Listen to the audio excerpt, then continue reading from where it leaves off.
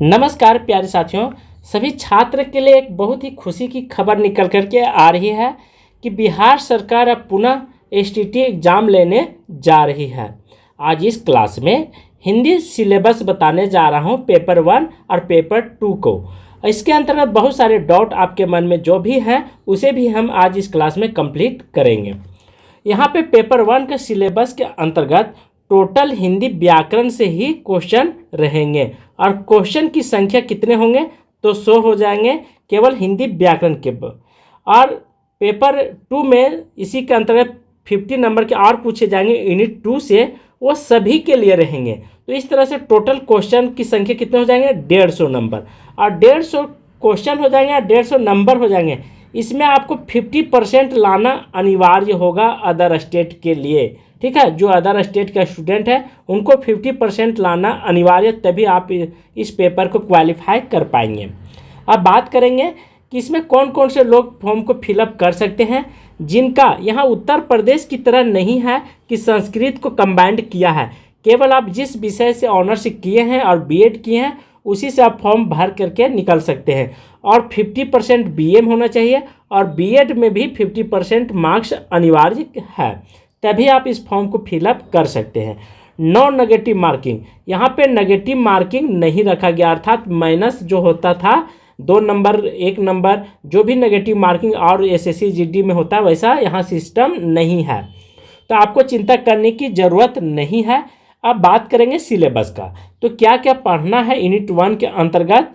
तो संधि आपको पढ़ करके जाना है। संधि से बहुत सारे क्वेश्चन आते ही आते हैं, चूँकि पिछले वर्ष का सिलेबस आप उठा करके देख लें क्वेश्चन बैंक, तो संधि से बहुत सारे क्वेश्चन हैं और समाज से भी क्वेश्चन है। और सिलेबस के अकॉर्डिंग ही तैयारी करना, सिलेबस से बाहर एक भी क्वेश्चन नहीं पूछे जाएंगे, मैं 100% गारंटी लेता हूँ। उसके बाद परिभाषिक एवं तकनीकी शब्द पर विशेष ध्यान रखना है। संक्षेपण भी पढ़ करके जाना है। उद्धृत वाक्यों और व्यवहित शब्दों में से ये सब आपको पढ़ करके जाना है। मुहावरे एवं लोकोक्तियाँ पढ़ना है। वाक्य के प्रयोग पढ़ना है। वाक्य शुद्ध वाक्य ये सब पढ़ करके जाना है। पदबंध पढ़ना है। वाच्य एवं उनके भेद पढ़ना है। वाक्य के प्रकार पढ़ना, शब्द शक्ति व्यंजना पढ़ना है। अलंकार पढ़ना है और अर्थ अलंकार के अंतर्गत उपमा पढ़ना है, रूपक पढ़ना, उत्प्रेक्षा पढ़ना, विरोधाभास पढ़ना और छंद पढ़ना। आपको कहीं जाने की ज़रूरत नहीं है, आप इसी चैनल पर आपको सारा सिलेबस मैं कंप्लीट कर दूंगा। डीएसपी जीएस हब के नाम से आप सर्च कीजिएगा, ठीक है, तो आपको पूरा कंप्लीट सिलेबस में करवा दूंगा।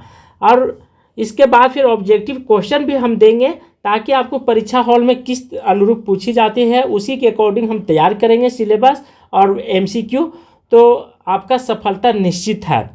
और रूपक, अच्छा, प्रमुख वार्णिक छंद के अंतर्गत क्या पढ़ना है, तो वार्णिक छंद पढ़ना है, काव्य के गुण पढ़ना है, रस पढ़ना है। तो ये हो गया यूनिट 1 में, ठीक है। यहाँ से कितने नंबर पूछे जाएंगे तो 100 क्वेश्चन रहेंगे और 100 नंबर रहेंगे, नेगेटिव मार्किंग नहीं रहेंगे। और यूनिट 2 में पढ़ना क्या है, आर्ट्स ऑफ टीचिंग, यहाँ पे अदर स्किल ऑफ डेवलपमेंट में टीचिंग ये सब पढ़ना है। Teaching of learning meaning processes ये सब पढ़ना है, ठीक है। टीचिंग मेथड पढ़ना है, लेसन प्लान पढ़ना है, माइक्रो टीचिंग पढ़ना है, इफेक्टिव और टेक्स्ट बुक क्वालिटीज टीचर से पढ़ना है, और करिकुलम फैक्टर इफेक्टिव टीचिंग ये सब आपको पढ़ करके जाना है, ठीक है। और फिर पूछे जाएंगे यहाँ से 50 नंबर के अदर स्किल से, यहाँ 5 क्वेश्चन रहेंगे, यहाँ से 5 यहाँ से 5 यहाँ से, ठीक है। इस तरह से टोटल कितने 5 10 15 25 यहाँ से हो गए और 25 वहाँ से रहेंगे स्किल डेवलपमेंट से, तो 50 हो जाएंगे। जनरल नॉलेज से 5 क्वेश्चन, इन्वायरमेंट से 5, मैथमेटिक्स से 5, लॉजिक रीजनिंग से 5। इस तरह से टोटल कितने हो जाएंगे 50 नंबर यहाँ और 100 नंबर हो जाएंगे आपके सब्जेक्ट से, व्याकरण से। तो टोटल कितने हो जाएंगे 150।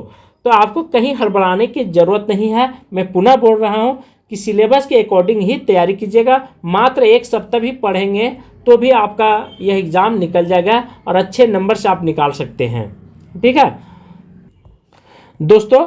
सिलेबस पेपर 2 के अंतर्गत क्या पढ़ना है, तो यहाँ पर भी 100 नंबर के रहेंगे और पूरे साहित्य से पूछे जाएंगे, कुछ ग्रामर भी हैं, ठीक है। और 50 मार्क्स जो क्वेश्चन रहेंगे वो सभी के लिए, चाहे आप ज्योग्राफी का स्टूडेंट है या हिस्ट्री के, वो सब के लिए बराबर है।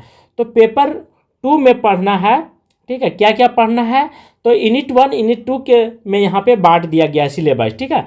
तो हिंदी साहित्य का काल विभाजन पढ़ना है, जिसमें नामांकन पढ़ना है, आचार्य रामचंद्र शुक्ल ने आदिकाल को क्या कहते हैं, भक्ति काल को क्या कहते हैं, कब से कब आदिकाल माना गया है, इन सभी का आपको रट करके जाना है। यहाँ से प्रश्न निश्चित है और इसी के अकॉर्डिंग पढ़ना है। मैं बार बार बता रहा हूँ, इसी के अकॉर्डिंग पढ़ेंगे। जिस प्रकार आप सीढ़ी से छत पर जाने के लिए सीढ़ी का प्रयोग करते हैं और इधर उधर भटकेंगे तो गिर जाते हैं, ठीक उसी प्रकार यहाँ भी सिलेबस के अकॉर्डिंग ही आपको जाना है, रास्ता तय करना है। और सेकेंड में आदिकाल पढ़ना है, भक्ति काल पर ध्यान देना है, रीतिकाल पढ़ करके जाना है, प्राकृतिक रचनाएं पढ़ करके जाना जरूरी है। थर्ड है आधुनिक काल, भारत तेंदु युग, द्विवेदी युग, छायावाद युग, प्रगतिवाद, प्रयोगवाद, नई कविता पढ़ना जरूरी है।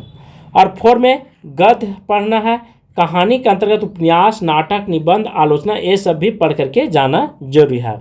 नवीन स्वरूप के अंतर्गत स्मरण, रेखाचित्र, जीवनी, इन चीज़ों का आपको पूर्ण रूप से देख करके पढ़ करके जरूर जाइएगा। और सिक्स में है कहानियों के अंतर्गत कानों का कंगना, उसने कहा था, कहानी का पॉइंट और पूस की रात, पंचलाइट, चिप की दावत, इनको गहराई से आप पढ़ जरूर लेंगे। चयनित उपन्यास के अंतर्गत गोदान, त्यागपत्र, मेला आंचल, और 8 में है चयनित नाटक के अंतर्गत चंद्रगुप्त पढ़ना है और आषाढ़ के एक दिन। तो इन सभी चीज़ों का आपको छोड़ना नहीं है। अंतर्गत गेहूं और गुलाब, रामवृक्ष, बेनीपुरी का, आचरण की सभ्यता, सरदार पूरन सिंह का, नाखून क्यों बढ़ते हैं, हजारी प्रसाद द्विवेदी जी का। और लेखक के बारे में भी आप रट लीजिएगा कि गुलाब और गेहूं किनका है, तो रामवृक्ष बेनीपुरी का है, आचरण की सभ्यता किनका है, सरदार पूरन सिंह का है, नाखून क्यों बढ़ते हैं, हजारी प्रसाद द्विवेदी ने लिखे हैं। निबंध, तो निबंध का ईस्वी सन वगैरह भी पूछ देता है।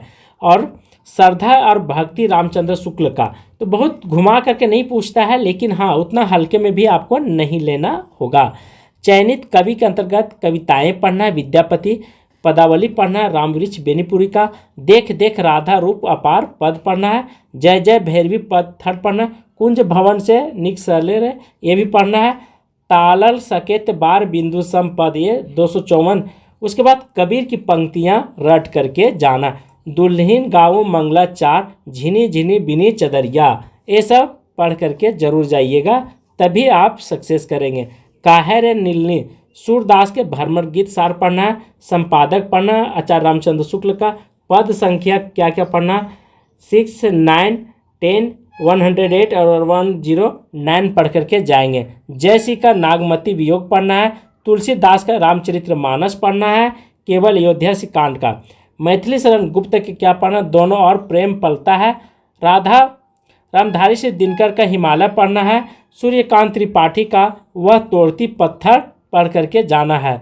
उसी प्रकार तिलमुल कोलाहन पढ़ना है, केदारनाथ अग्रवाल का मैंने उसको कहा था, नागा अर्जुन का शासन के बंदूक पढ़ना है, आरसी प्रसाद सिंह का जीवनी का झरना पढ़ना है, जानकी वल्लभ शास्त्री का मेघ गीत पढ़ करके जाना होगा। काव्य का शास्त्र रस पढ़ना है, अलंकार पढ़ना है, छंद पढ़ना जरूर है।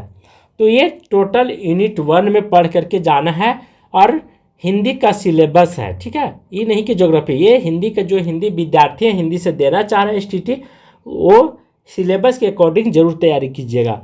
में सर्वनाम पढ़ना है, जहाँ पे पेपर 1 में भी आपको ये सब पढ़ने को मिली थी। संधि पढ़ना है, समास पढ़ना, उपसर्ग, प्रत्यय, पर्यायवाची शब्द, विलोम शब्द, वाक्य, ये सब पढ़ करके जरूर जाइएगा। और प्रमुख हिंदी पत्र पत्रिकाएं, पुरस्कृत रचनाएं, राज्य भाषा और राष्ट्रभाषा का दर्जा कब मिला है, कैसे मिला, इन सभी को आपको पढ़ करके अनिवार्य रूप से जाइएगा। यूनिट 2 में 50 मार्क्स के पूछे जाएंगे, ठीक है। 30 यहाँ से, 20 यहाँ से रहेंगे, आर्ट्स ऑफ टीचिंग से रहेगा और अदर स्किल से। तो इसे भी आपको ध्यान रखना है। टीचिंग, लर्निंग, मीनिंग और प्रोसेस, यहाँ से ये सब टोटल ये सभी के लिए है, केवल आपके लिए नहीं है, सब लड़कों के लिए होगा। लेसन प्लान, मैक्रो टीचिंग, चाहे आप इंग्लिश के विद्यार्थी हैं, हिस्ट्री के, ज्योग्राफी के, तो यूनिट 2 आपके लिए बहुत महत्वपूर्ण है और एक ही है, कहीं दूसरे मतलब चेंज नहीं किया गया। टेक्स्ट बुक है, क्वालिटी टीचिंग है और अदर स्किल में जनरल नॉलेज है, इन्वायरमेंट स्किल है और मैथमेटिक्स है और लॉजिकल रीजनिंग है। ये सब आपको पढ़ करके जाना है। तो इस तरह से हमने टोटल पेपर 1 पेपर 2 का सिलेबस बता दिया हूँ। यदि अच्छा लगेगा तो एक लाइक, एक सब्सक्राइब और एक शेयर जरूर कीजिएगा। थैंक यू, धन्यवाद।